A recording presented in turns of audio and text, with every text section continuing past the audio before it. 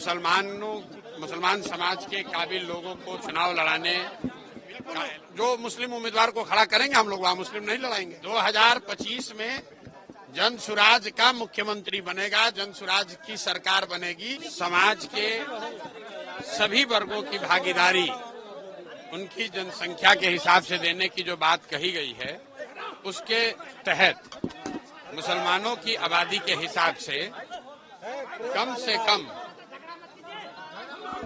से कम 40 विधानसभा सीटों पर मुसलमान समाज के काबिल लोगों को चुनाव लड़ाने का ऐलान पहले से किया गया है। और ये जो जनसुराज में पहले से अन्य वर्गों के लिए बात कही गई है, उसके अनुरूप है, ये कोई अलग नहीं है।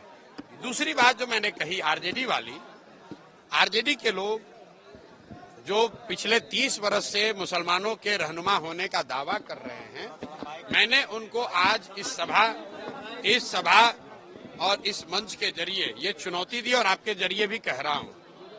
अगर वो ये कह रहे हैं कि भाई जन सुराज के लोग आएंगे, वो मुसलमान अगर उनको वोट देगा तो वोट बटेगा, तो मैं उनको कह रहा हूं कि जहां पर भी मुस्लिम उम्मीदवार आपके जीते हुए हैं, आप खड़ा करो मुस्लिम उम्मीदवार। हम वहां मुस्लिम नहीं लड़ाएंगे, हम वहां हिंदू लड़ा लेंगे, कोई बात नहीं है। तुम पहले मुसलमानों का जिनका वोट लेते रहे हो 30 वर्ष से, उसका हक मारी बंद करो और हिम्मत हो तो उनको आबादी के हिसाब से टिकट देके दिखाओ। वोट तो तुमने लिया है, ये हमने उनको चुनौती दी है।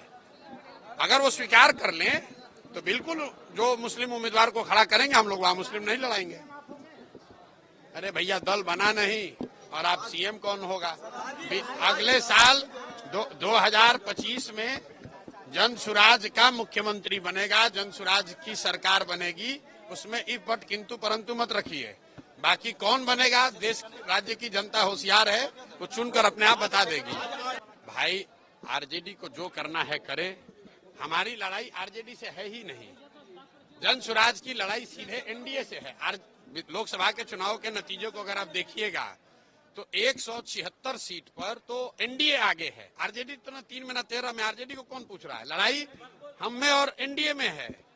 आरजेडी चाहे धरने पर बैठे या चाहे जाकर अनशन पर बैठ जाए। देखिए, वक्फ अमेंडमेंट बिल में ये दिखाता है कि जब तक मुसलमानों की या फॉर दैट मैटर किसी भी समाज की राजनीति में भागीदारी नहीं होगी। एक मिनट रुको भाई, काहे घबरा रहे हो?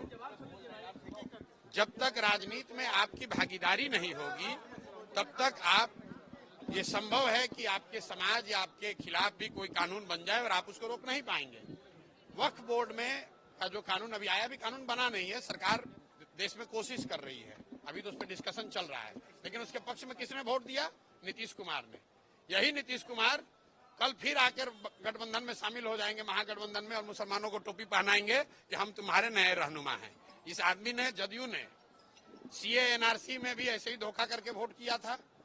फिर इंडिया में आकर मुसलमानों को बेवकूफ बना रहे थे कि भैया हम तुम्हारे साथ हैं। मैं आपको बता रहा हूं, जितने मुस्लिम नेता, जो मुस्लिम समाज के लोग आज जदयू के साथ हैं, कम से कम ये वक्फ बोर्ड का निर्णय आने के बाद, जबकि जदयू के सांसद और इनके लोग खुलेआम लोकसभा में इसके पक्ष में खड़े थे, कम से कम अभी तो अपना पद छोड़ो। लेकिन एमएलसी बनने के लिए, मदरसा में डोनेशन के लिए, सरकारी मदद के लिए, बोर्ड में चेयरमैन बनने के लिए अगर आप अपने कौम को बेच रहे हो, तो लालू, नीतीश और प्रशांत किशोर को दोष मत दो, दोषी अपने आप को मानो। आप बताइए कि जो जदयू में जो भी मुसलमान नेता आज खड़ा है, वो किस आधार पर खड़ा है? किस आधार पर खड़ा है?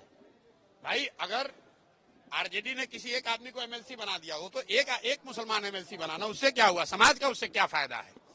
क्यों मुसलमान समाज सो कॉल्ड जो फातमी है उनकी बात सुने? क्योंकि उनको टिकट दिया। फातमी साहब को आरजेडी ने टिकट दे दिया। हमसे जुड़े रहने के लिए हमारे YouTube चैनल को सब्सक्राइब करें और नई वीडियो की नोटिफिकेशन के लिए बेल आइकॉन को दबाएं।